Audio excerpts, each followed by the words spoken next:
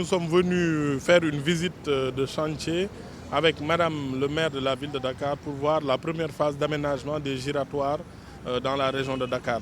La région de Dakar compte 108 giratoires pour lesquels l'État du Sénégal a décidé de faire un effort important dans le cadre du programme Zéro Déchet. Vous savez, le programme Zéro Déchet, c'est la modernisation de la gestion des déchets, le désencombrement, le nettoiement, mais aussi l'aménagement des espaces publics.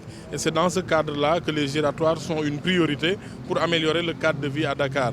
Il est heureux de constater que c'est une collaboration entre l'association des pépiniéristes et fleuristes du Sénégal, le mouvement MDS, mais aussi les collectivités territoriales qui nous ont permis d'arriver à cette première phase pilote avec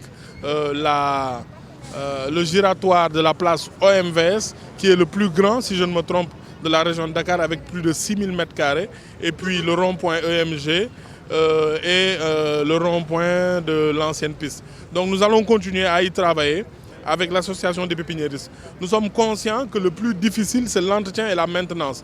Comment pérenniser ces installations? C'est tout le défi que nous nous sommes lancés, mais nous voulons le faire cette fois-ci de façon organisée, dans le cadre d'une collaboration avec l'association des pépiniéristes. C'est leur métier, ils sont passionnés, ils connaissent leur métier, et je pense que dans le cadre d'un contrat de prestation, nous allons faire en sorte qu'il y ait des pépiniéristes et des fleuristes pour s'occuper de chaque giratoire avec une fréquence d'entretien et d'intervention qui est de 3 jours par semaine, donc à peu près 1 jour sur 2.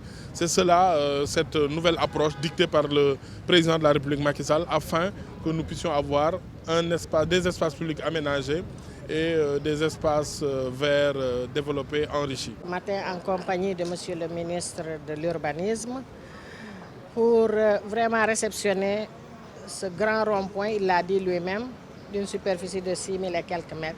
Un espace qui va permettre aux habitants des environs d'avoir un lieu où se promener ou même s'asseoir quand on aura fini l'installation. Je suppose qu'il y aura des bancs.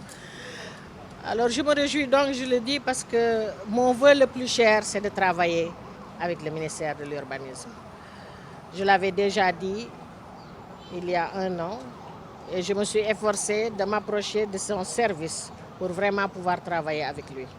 Donc après la place de l'Indépendance qui a été entièrement rénovée par la ville de Dakar, nous avons encore un deuxième endroit très beau. Vraiment, j'étais ravie de voir ce que les fleuristes, le président est là, ont fait sur cet espace. Je pense que quand on aura fini de réaliser tous les ronds-points de Dakar, je pense qu'on aura un environnement sain. Dakar, ville propre, au Sénégal, zéro déchet, ça doit commencer par l'aménagement de ces places. Et c'est un bon début. Je pense qu'avec ce qui se passe, les gens comprendront que la ville doit être propre et que pour être en bonne santé, il faut vivre dans un environnement sain. Cette fois-ci, ce sera obligatoire. Je l'avais déjà dit, nous l'avons fait et refait et ça n'avait pas marché. Nous avons compris qu'il fallait un suivi. Et le ministre a bien fait de choisir ses fleuristes pour leur demander de faire le suivi en arrosant. S'il n'y a pas de suivi, tout ce que nous ferons, ce sera une perte de temps et d'argent. Et je pense que puisque ces fleuristes ont été impliqués dans l'aménagement du projet, il sera plus facile pour nous de conserver ces espaces tels qu'ils sont.